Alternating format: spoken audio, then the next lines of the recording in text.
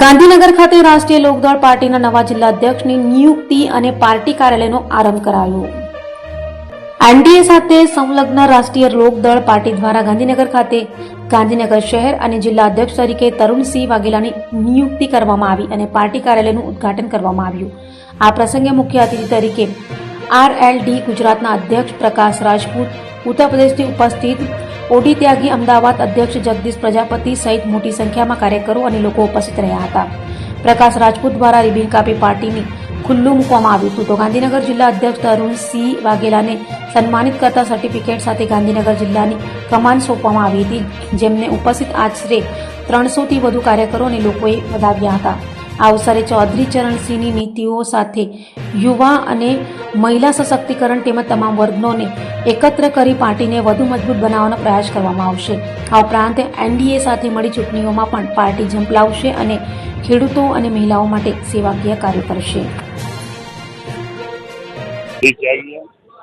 मैं प्रदेश महासचिव उत्तर प्रदेश हूँ और प्रकाश जी के बुलावे पे मैं यहाँ आया हूँ. उन्होंने बुलवाया कि आज यहाँ प्रोग्राम है गांधीनगर में और इन्होंने बहुत अच्छा काम करा है. आज तरुण जी को जिले की गांधीनगर की कमान सौंपी है और इन्हें नियुक्त किया गया है और इनसे भी आशा है कि भी ये मजबूती से यहाँ काम करेंगे.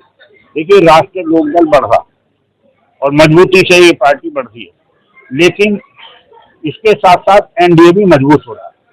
राष्ट्रीय लोकदल बढ़ रहा है तो हमारा गठबंधन है भारतीय जनता पार्टी से. आज एनडीए के घटक दल हैं हम.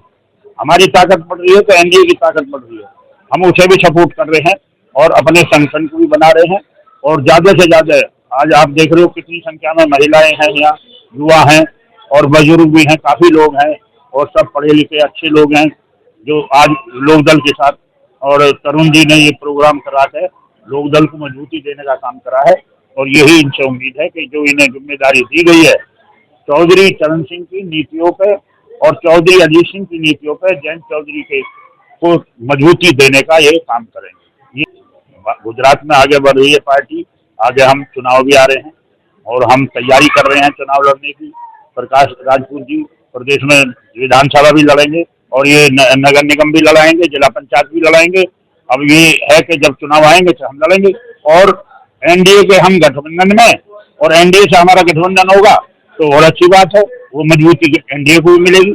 अब ये तो राष्ट्रीय नेतृत्व तय करेगा या प्रकाश राजपूत जी तय करेंगे या गुजरात में क्या करना है, इन्हें गठबंधन करना है, अलग लड़ना है. तो लोकदल बढ़ रहा है, चौधरी चरण सिंह की पार्टी बढ़ रही है और हम बढ़ रहे हैं तो एनडीए बढ़ रहा है. ધન્યવાદ. ગાંધીનગરમાં અમારા તરુણસિંહજી વાઘેલાજી અમને અધ્યક્ષ તરીકે બનાવ્યા છે, નિમ્યા છે અહીંયા ગાંધીનગર જિલ્લા અને શહેર તરીકે. સાથે અમારી સાથે 300 થી 400 કાર્યકર્તાઓ, મહિલાઓ અને ભાઈઓ, યુવાનો બધા જોડાયા છે. 400 કાર્યકર્તાઓ. રાષ્ટ્રીય લોકદળને મજબૂત બનાવવાનો એજન્ડા છે. હાલ જેવી રીતે અમે લોકો એનડીએ ગઠબંધનમાં કામ કરી રહ્યા છે આખા દેશમાં, એ પ્રમાણે ગુજરાતમાં પણ અમે મજબૂત થઈને કામ કરીશું. એ અમારો એજન્ડા છે. 45 શહેરી જે ચૂંટણી આવી રહી છે એમાં અમારા રાષ્ટ્રીય અધ્યક્ષ જયંત ચૌધરીજી જે માર્ગદર્શન આપશે એ પ્રમાણે કામ કરીશું. સાથે અમારું ગઠબંધન એનડીએમાં છે એટલે જે પ્રમાણે અમારા જે માર્ગદર્શન તરીકે કામ થશે એ પ્રમાણે આગળ વધીશું. હાલ અમારા 5 જિલ્લાઓમાં અધ્યક્ષ બનાવી દીધા છે અને સાથે સાથે કાર્યકર્તાઓને હંગાતે આખું કામ ચાલી રહ્યું, સંગઠનનું કામ ચાલી રહ્યું છે. હાલ તો અમે લોકો રાષ્ટ્રીય લોકદળને મજબૂત બનાવવા માટે કામ કરી રહ્યા છે અને અમારું ગઠબંધન એનડીએમાં છે ઉપર, તો બીજા કોઈ જોડે જોડાવાની સંભાવના જ નથી. જી, મહિલાઓ માટે ખાસ અમારા રાષ્ટ્રીય અધ્યક્ષ મહિલાઓ માટે જ વધારે કામ કરી રહ્યા છે. એ લોકો મહિલાઓને વધારે મજબૂત બનાવે, એમને લઘુ ઉદ્યોગો વધારેથી વધારે મળે એના માટે કામ કરી રહ્યા છે.